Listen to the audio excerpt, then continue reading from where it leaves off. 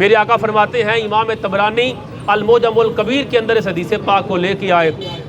میرے آقا فرماتے ہیں ان احب الاعمال الی اللہ بعد الفرائض ادخال السرور علی المسلم۔ حضور صلی اللہ تعالی علیہ وآلہ وسلم نے فرمایا کہ فرائض ادا کرنے کے بعد جو سب سے بڑا کام ہے جس سے اللہ راضی ہوتا ہے وہ ہے ادخال السرور علی المسلم،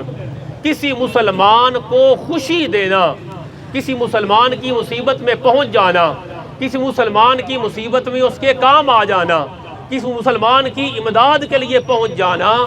یہ وہ عمل ہے جو میرے مصطفیٰ کریم صلی اللہ تعالیٰ علیہ وسلم فرما رہے ہیں یہ فرائض کے بعد سب سے اہم کام ہے، سب سے بڑا عمل ہے، سب سے اہم فرض ہے۔ اور آج امت مسلمہ پر جو سب سے بڑا فرض عائد ہو گیا وہ یہ ہے کہ اپنے مسلمان بھائی کی مدد کی جائے۔